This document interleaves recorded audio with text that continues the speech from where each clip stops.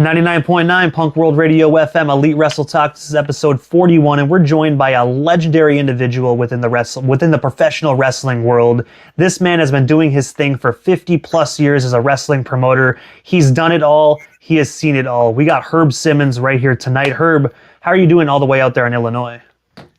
Well, I'm doing fine, and it's an honor for me to take part in your program.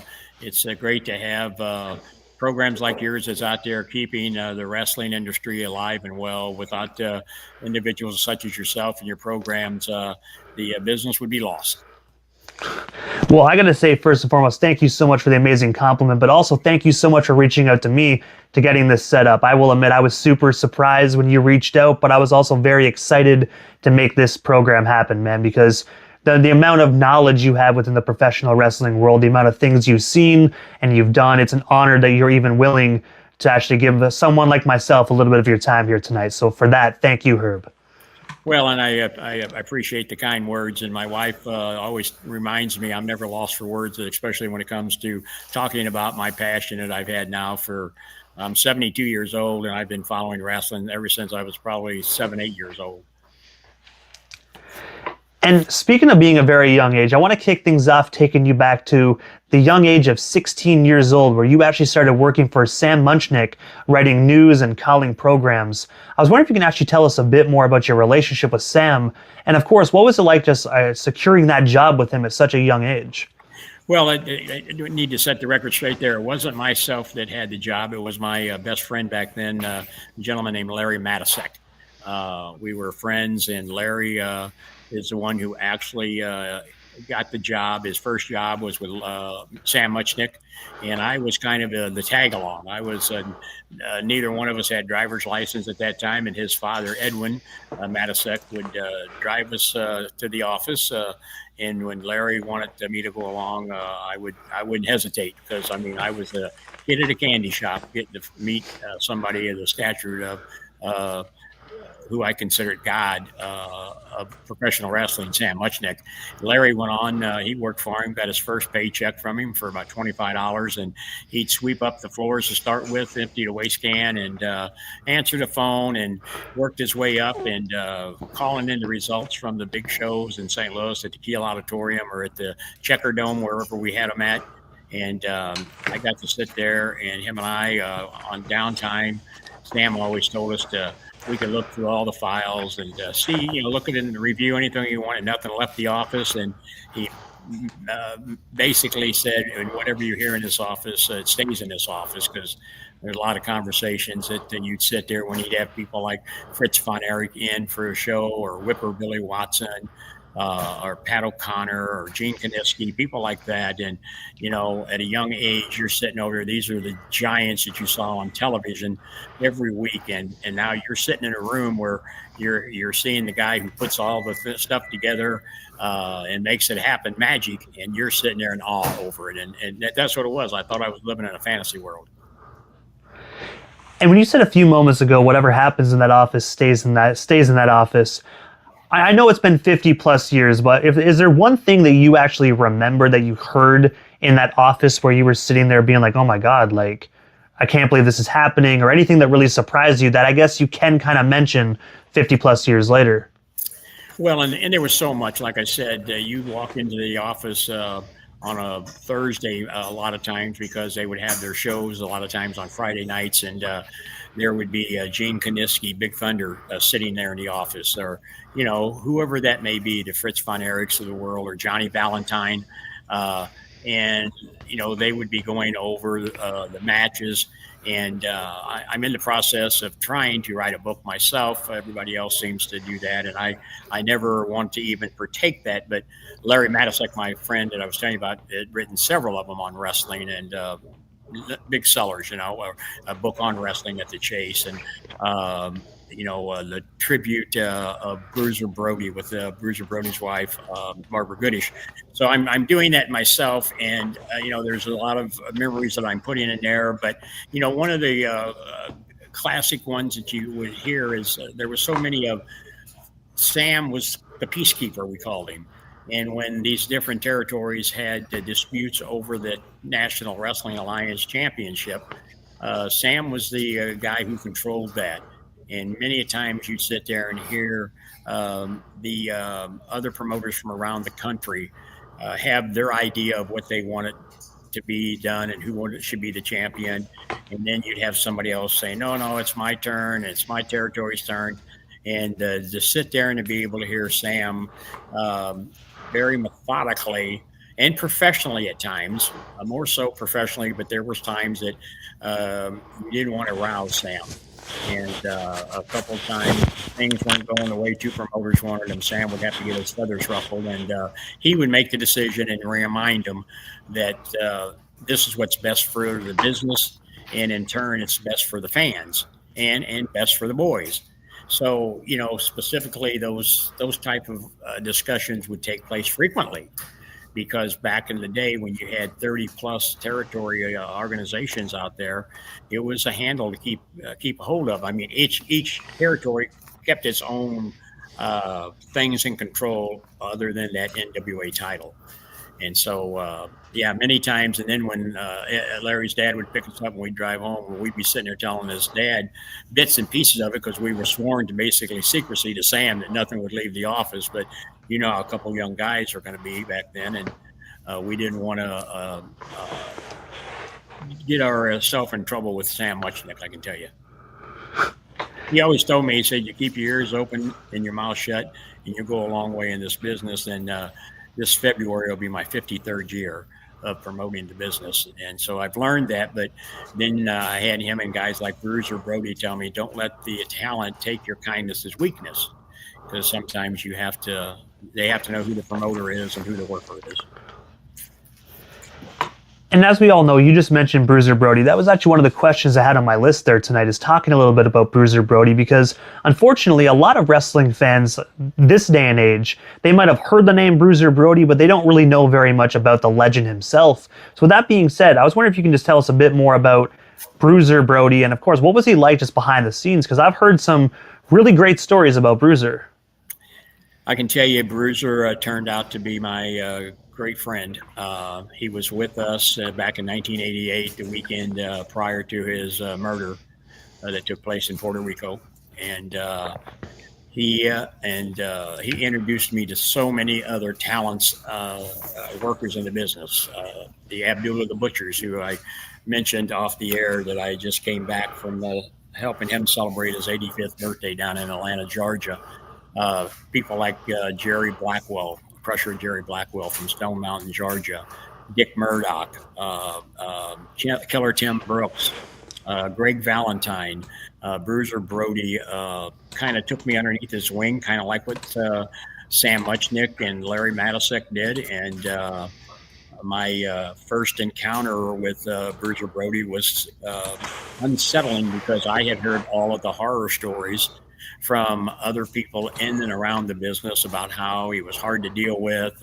He would stand promoters up, and so I was always skeptical of that. But my friend Larry, who had worked with him more so than I had, assured me that, the way you get on the good side of Bruiser Brody or King Kong Brody, whatever their territory is, and they called him, as long as you treated him right, and as long as you kept your word, you didn't have a problem with him.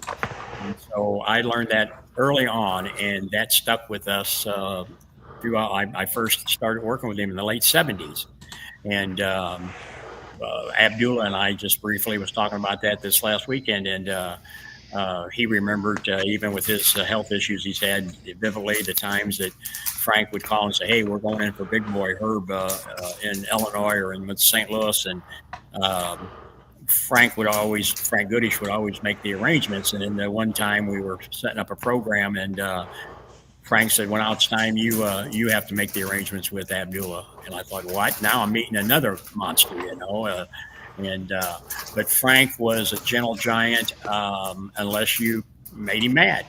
If you stepped him on his money, or if you tried to change the program when he got there, he was going to be the one doing the changing. And he'd always ask me at the start of a show, what do you want tonight, big boy? And I'd say, send him home happy.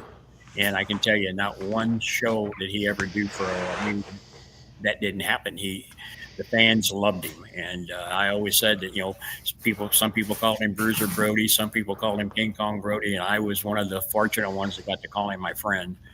I've got so much memorabilia of him. I had 2 four-legged animals. I had a Belgian Malinois called Brody, and I still got the 130-pound shepherd I called Bruiser. He was a part of our life, and he done a lot of business for me. And I know you mentioned a few moments ago about Abdullah the Butcher. I have to say, I'm glad to hear that that man is still here with us today. Honestly, one of the biggest hardcore legends in my personal opinion. I did also hear that he wasn't even getting paid royalties for his own biography, which honestly to me is absolute blasphemy. Yeah, he had a lot of issues. There was the gentleman that was helping him write the book, and it never did get the real story of the man from Sudan has not been told.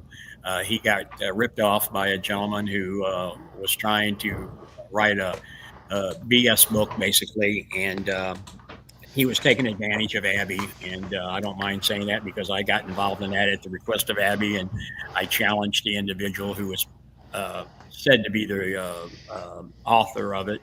And it never materialized other than a little video, more or less like a comic book. That did in no way even start to scratch the surface of the career and the history that Abdullah Butcher has had. And Abdullah was another one that some promoters didn't get along with, but he made money for him. And again, if you go back and ask anybody who's been in the business, especially as long as I have, and the promoters that are still out there, and there ain't nobody that I can think of that's been doing it for 53 years is what I've been told. That has, if Abdullah didn't get along with you, again, it was because of the shady promoter. And, you can't make a deal with these guys and then when they come in say, oh, we had a bad house tonight, I'll have to make it up to you next time. You can't do that and have your reputation stay intact. And I never, ever had a problem with Abby. And that's why I got invited, and I was honored to be invited to his birthday celebration.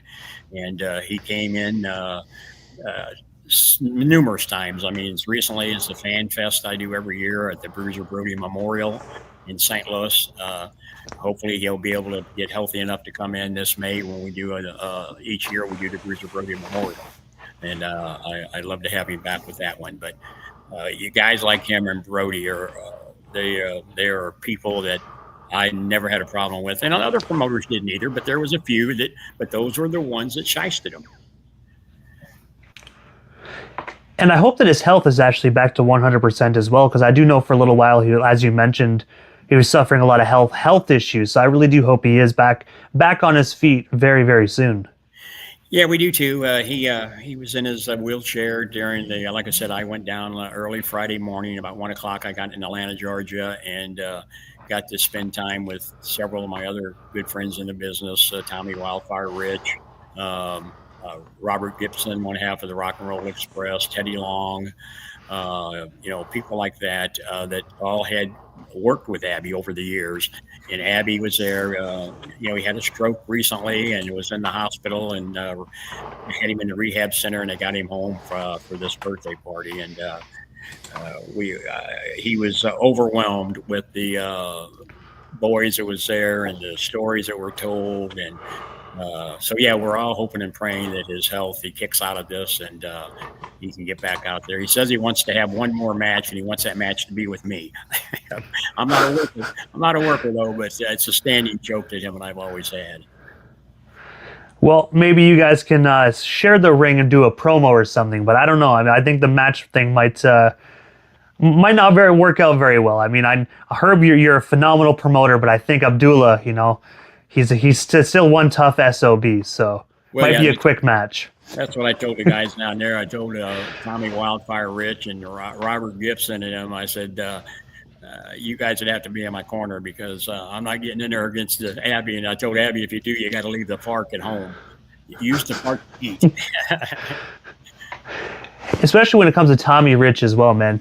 It's crazy to see some of these guys still doing what they love to do, like Tommy Rich, Ricky Morton as well doing his thing. I mean, there's so many legends that were from the territory days that are still out there in the ring, still kicking some, excuse my language, kicking some ass. Oh, and they do. I mean, and again, I have had the honor. I mean, I'm so grateful for all those names that we're sitting here talking about. And, if I listed all the names that have come in and worked with us over the 53 years, it's phenomenal. And I think that's why we are keeping the wrestling history alive. And that's kind of what I promised my friend Larry Matasek, because he was such passionate about it. He wrote several books about it. Another gentleman, Ed Wheatley, I helped him with another Wrestling at the Chase book, what they call a coffee table book. And then I helped him with a documentary on Wrestling at the Chase that was nominated for an Emmy on PBS Channel 9 out of St. Louis, telling the story of wrestling in St. Louis. So there is so much rich history there that Sam Muchnick put together back when it started on television in 1959. And I'm fortunate to have all those records from all the programs. I have many hours of the TV program itself. Recently, about 2 years ago now, I acquired the Dick the Bruiser TV library that is still on the original television 1-inch reels that I'm slowly getting downloaded. So I've got a pretty large collection of that type of memorabilia that, as I tell everybody, these are the men and women that laid the foundation of the business. And I am just honored to be able to continue to build on that foundation. And when you say you have these 1-inch reels still to this day and you acquired them, is there any part of wrestling memorabilia or history that you would love to get your hands on? Even if it seems far-fetched, but there's something that you really want to add to your collection that you don't already have? No, I'm pretty satisfied with my St. Louis collection, because that's where I live in Illinois. But St. Louis, Wrestling at the Chase, those 4 words were household names.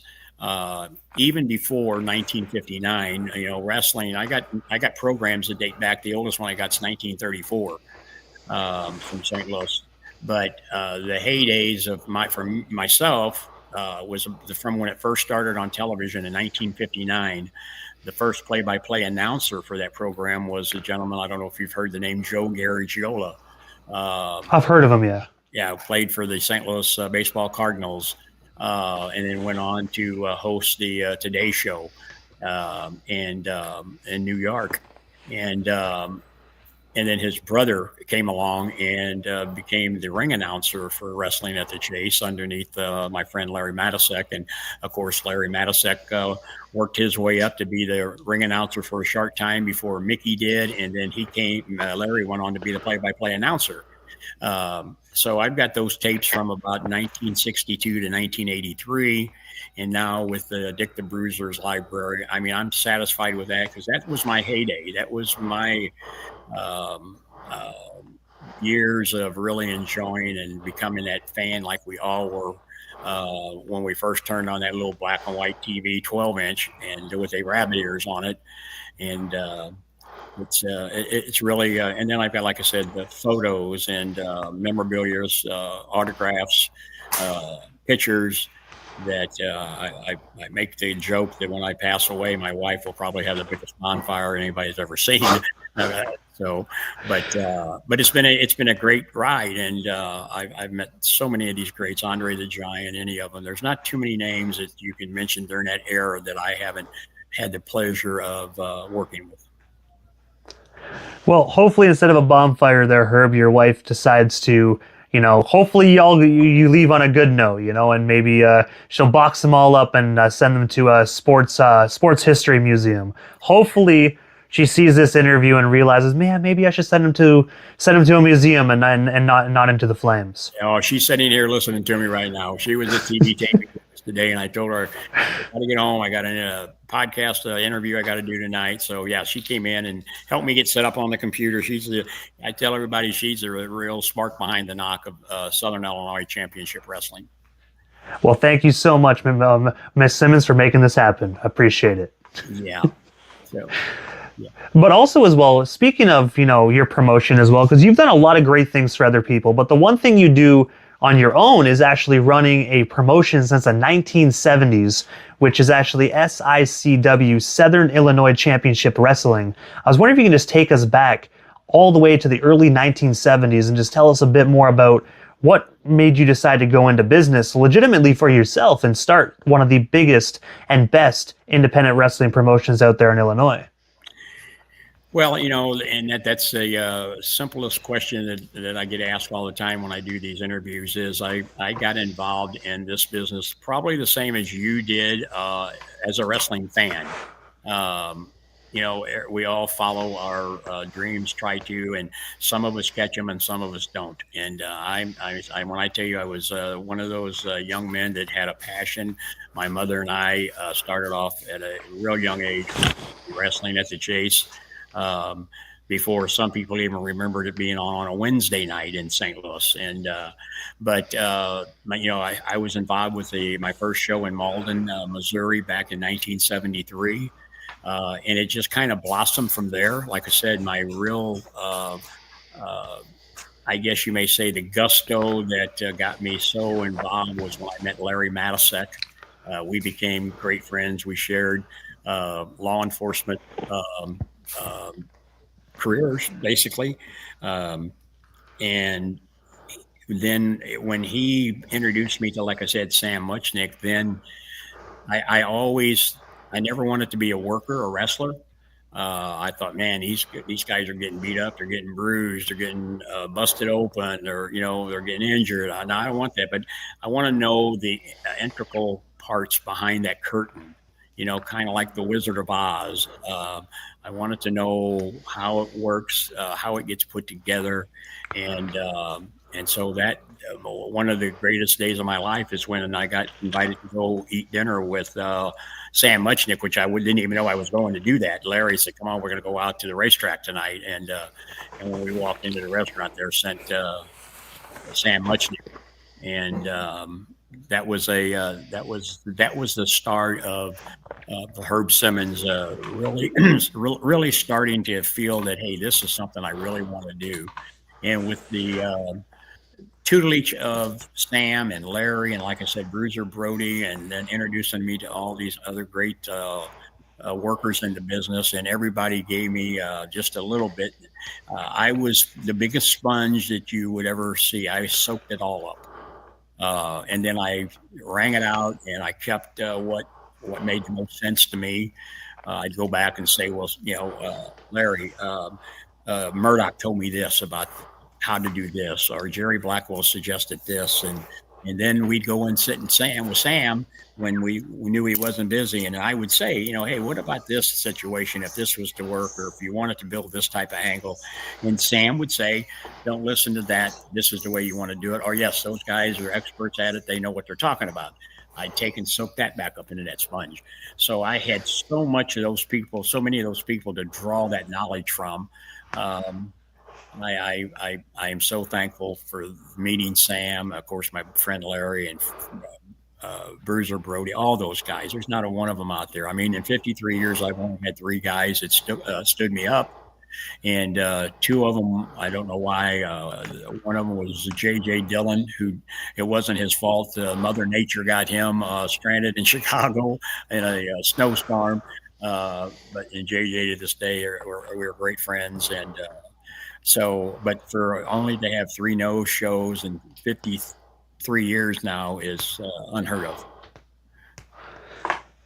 And also as well, as we already know, you were a big part of the territory wrestling days, but back in the day, one of the biggest stories is when the World Wrestling Federation started to grow, Vince McMahon did whatever he possibly could to phase out other certain territories and promotions and buy them out or shut them down.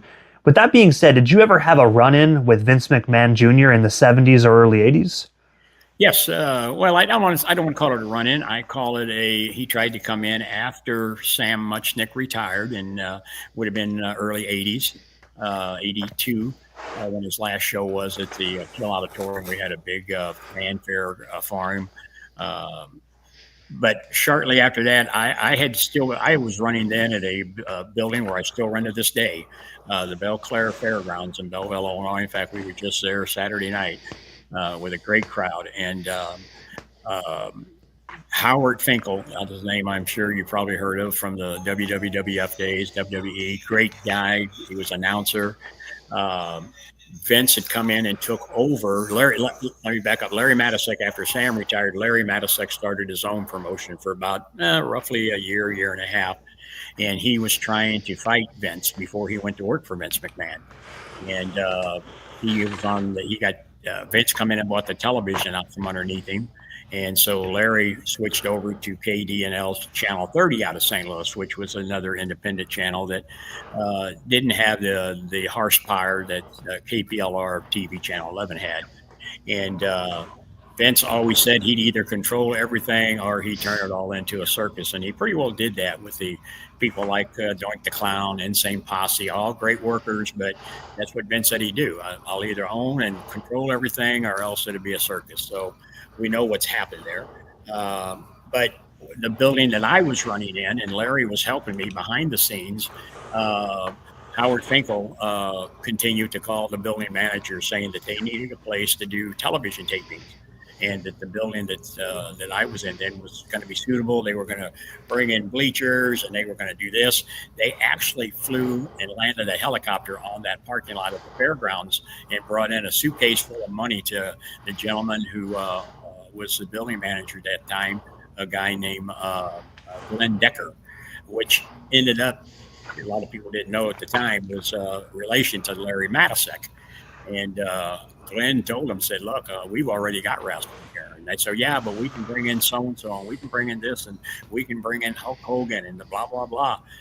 And Mr. Decker said, hey, we've had Bruiser Brody here. We've had Lou Fez here. We've had Dick Murdoch here. We don't need anybody else. Back in the days in Illinois, you had to be a resident of the state of Illinois to be a licensed wrestling promoter. And for many years, I was that person. I was the only resident of the state that had a license. And I used to do Vince's license permits for him when he would run in Springfield, Peoria, places like that.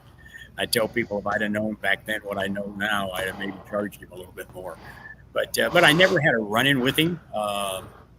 They later on, they tried to purchase the library from Larry and I. They sent J.R. Ross, Jim Ross in, and Ted DiBiase to try to negotiate that deal with Larry. And they got turned down. Of course, they both said, hey, don't shoot the messenger. They come in and offered pennies on a dollar, and I still have the collection of it to this day. So, but it wasn't a run-in. It was just a mutual. I mean, I had a run-in with Dick the Bruiser, and then we ended up being great friends. And then here I end up with the TV library, the original tapes. And if you don't mind me asking, when they came in and made an offer for that library, are you actually able to disclose how much their offer was that got turned down? Because I'm assuming, by the sounds of it, it was probably a really, really low price, like a disrespectful amount, I should say. Yeah, they offered us $25,000 is what the offer was back then. And, we had reproduced 12 volumes of some of that footage. And I still got a lot of footage that hasn't been released yet from the St. Louis Wrestling. But the 12 volumes that Larry and I reproduced, we sold those tapes all over the world. When we came up with the idea, I had been on Larry for like maybe 2 years to say, hey, buddy, you got those tapes, we ought to do something with them. And he always told me, Herb, ain't nobody going to be interested in that stuff. And I mean, we would not have and we talked every day. We would not have a day that we talked that I wouldn't try to get him to do it, because they were his tapes at that time. And I'll never forget, he was a late nighter, so was I. He didn't get up before noon most of the time. And he called one morning real early, and I thought, oh boy, I hope everything's okay. And he said, hey, big boy, he said, you're right. Let's try to do something with them. And come to find out, he had a friend, Charlie Regal, who was owned a little production company out of his house.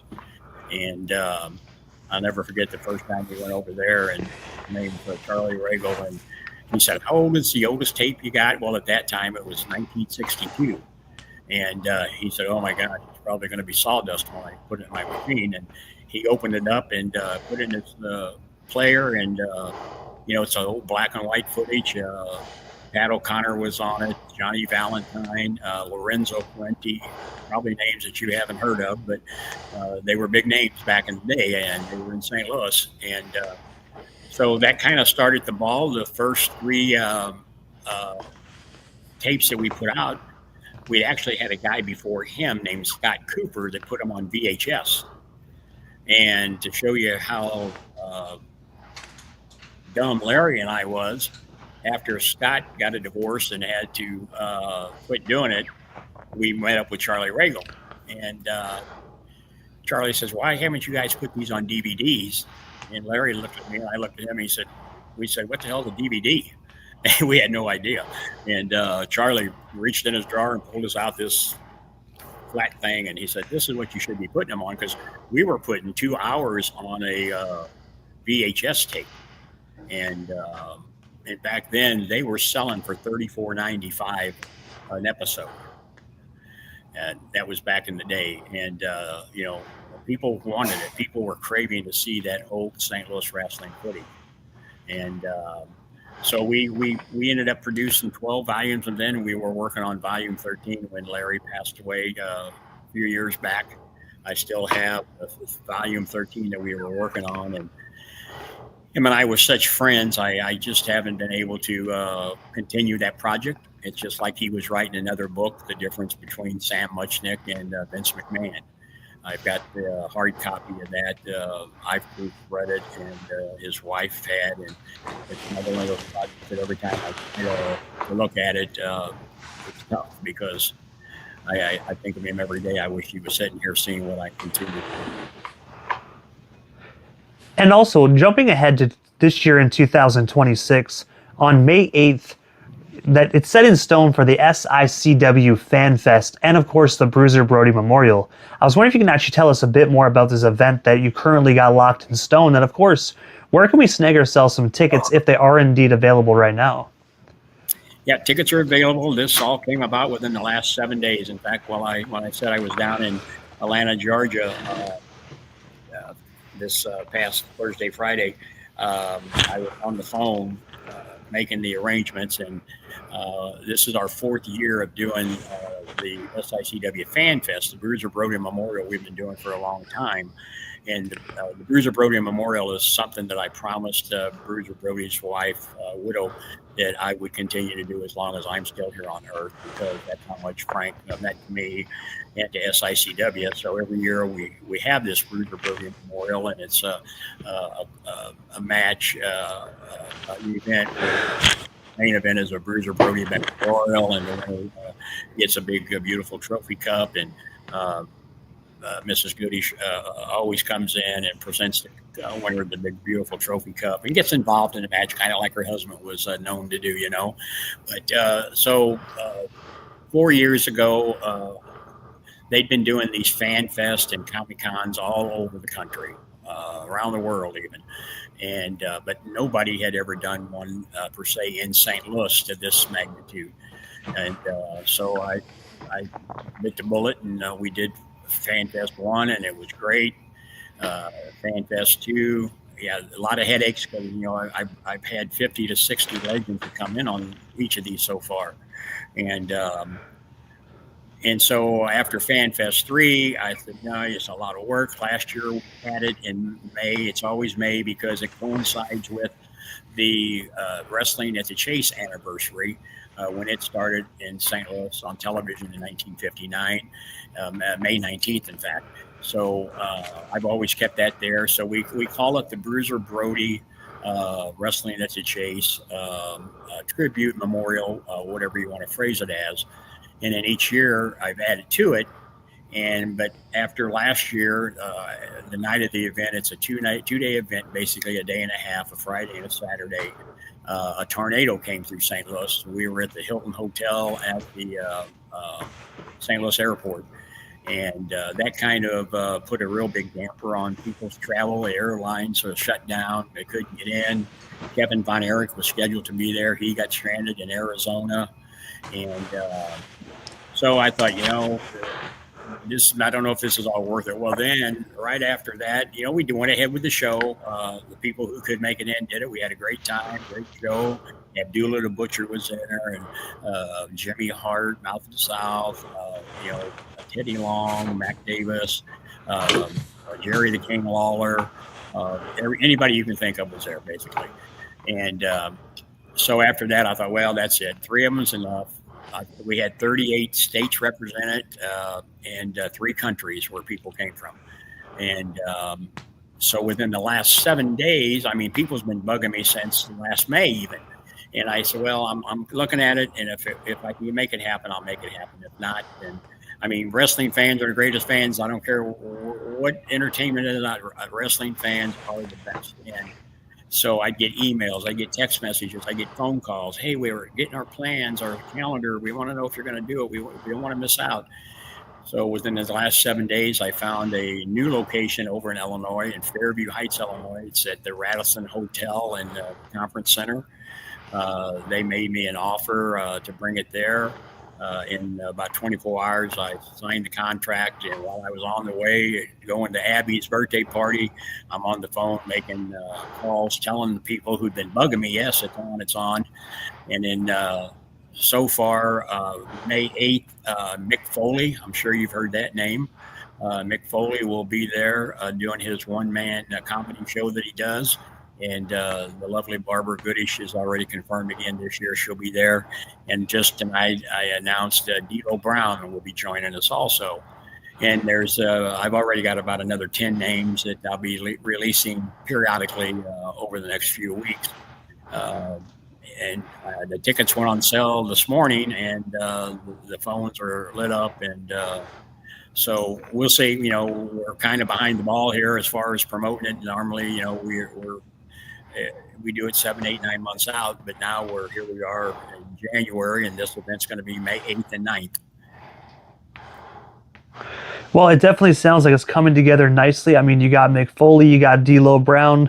I mean, those are 2 really huge heavy hitter names, especially from the Attitude Era side of things. So you're already off to a great start, Herb. I can only imagine who else is set to be announced, and I'm looking forward to just seeing this event progress throughout these next few months. Yeah, and I'm already getting calls from the workers from around the country wanting to come in and be a part of it. Because Bruiser Brody, he's been gone now 37, 38 years. I'm too tired to do the math. He was killed in 1988. So, but people to this day, wherever you go, and you mentioned the name Bruiser Brody, they know him. And I'm talking about what's amazing is the younger generation.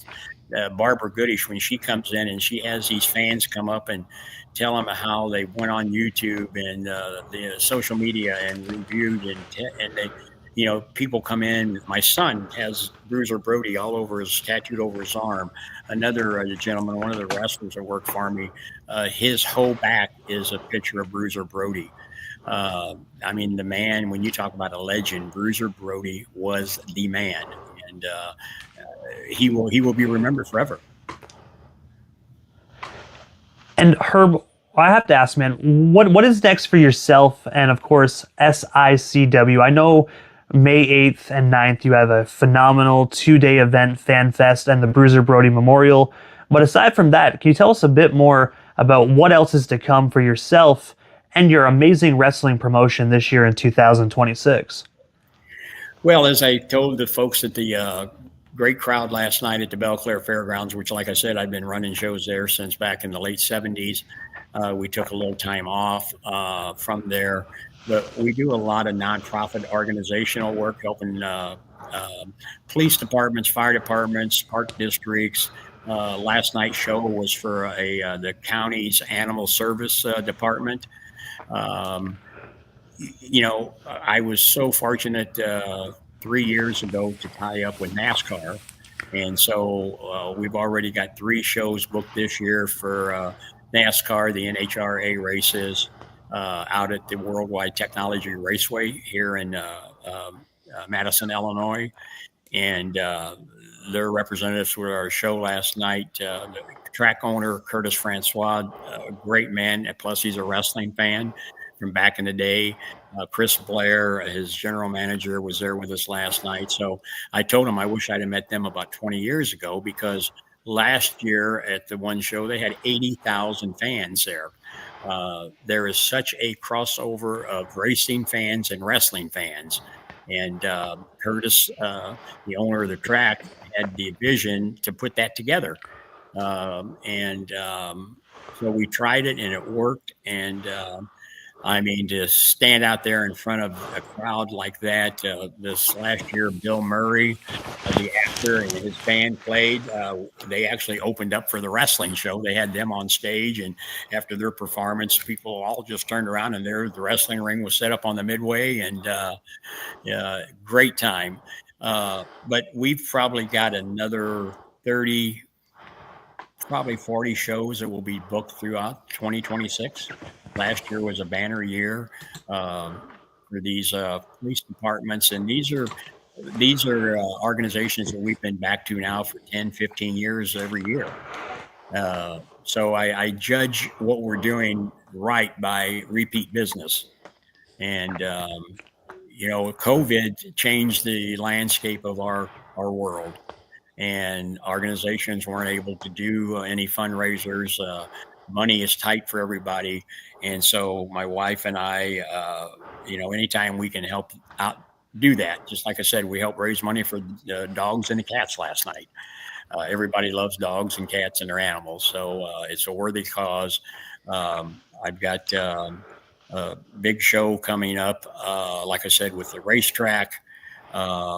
We've got the Ionide Shriners. We'll be doing them on February the 21st at the beautiful Ionide Shriners Temple in East St. Louis, Illinois. We've done that now 4 years in a row. So we stay busy. And my locker room, I have guys in my locker room that were trained by the late great Harley Race that work. Superstar Steve Fender, Dennis McCausey goes by the name of Telecon. You interviewed one of my guys recently, Big Nasty Glenn Williams, who is a thorn in my behind. And in fact, he just won back the Central States title last night from Double J James Jeffries. So I've got a lot of great talent. Cowboy Bob Orton Jr. Is really active in our promotion. He ran our training academy for me. We inducted him into Larry Mattisek and I started the St. Louis Wrestling Hall of Fame years ago. And last May, we inducted Cowboy Bob Orton Jr. into the Hall of Fame, and his son, Randy Orton, came in and did the induction for us. So I had promoters from around the country calling me and saying, "Hey, how did you get Randy to come in and get in your ring and do the induction?" I said, "Well, it's easy when you're inducting his father. His grandfather has already been inducted in the Hall of Fame, Bob Orton Sr. And you can bet that when Randy gets ready to retire, he'll have a spot in it also."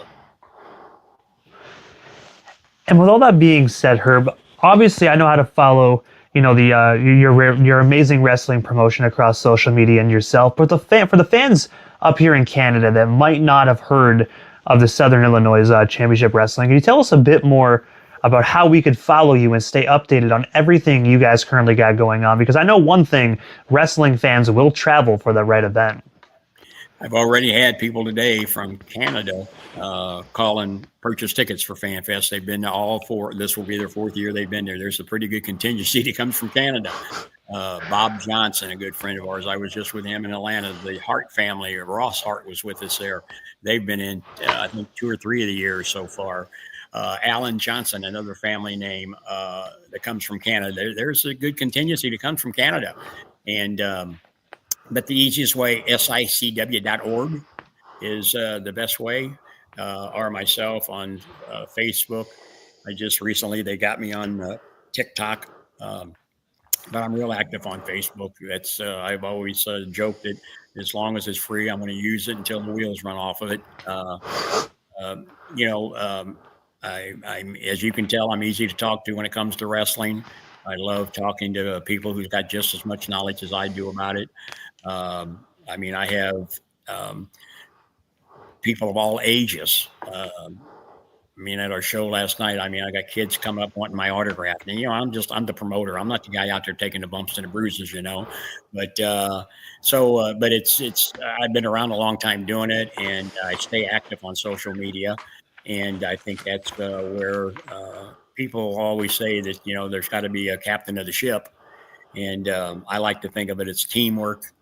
Today at our TV tapings, we always have our pre-meeting, and like I said, I've got guys, the Canadian hero, Sean Vincent, Jason Breed, and, just people like that, the big Texan, a guy that throws a lariat like Stan Hansen and JBL does, Bobby D. These guys they go out there and they bust their tail to bring the fans what they want to see. And then we pride ourselves on being old school wrestling.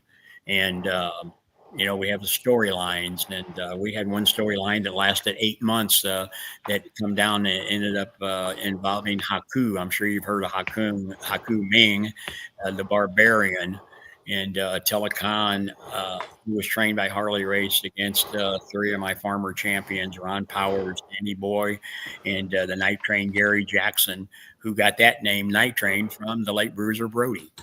So when you talk about rich history of professional wrestling, my locker room, you add the years of experience to just about half a dozen of my guys, it's unbelievable. And I got to say, first and foremost, Herb, thank you so much for giving not only myself, but the radio station Airwaves a bit of your time today, man. It was such an honor speaking with you. Thank you so much for sharing your knowledge and your whole story from 50 plus years of being in the business, man. It was such an honor speaking with you. Thank you again for reaching out to me, and hopefully down the line we can make this happen again sometime soon, because I do know tonight we only touched base on maybe a tiny sliver of that iconic career of yours. Yeah, it's great, and anytime I can spread the word about what we're doing and what wrestling is doing, because it's the dynamics of the business has changed, as you know, drastically. From the days of modern stuff to what it used to be. And some people say it's good. Some people say not so good. And I'll leave it as I'm old school. Well, I got to say, those are definitely some wise words to live by, Herb. Again, thank you so much. Good luck with the up and coming events. And of course, I really am looking forward to seeing what is coming next for that fan fest, because it looks like you got a lot of great names still to come. So I'm going to keep my eyes peeled for that, and I'll make sure I promote them here on my end here at the radio station as well. Well, I sure appreciate it. And anytime I can help you, just give me a call. I really appreciate it. And thanks to all your listeners. If they tune in, I hope we gave them just a little bit of enjoyment tonight. I hope so as well. And Herb, same goes for you. Anything you need, feel free to give me a call. You got a home here in Canada, man. So thank you so much. Thank you. Have a good week. You as well, Herb. Thank you.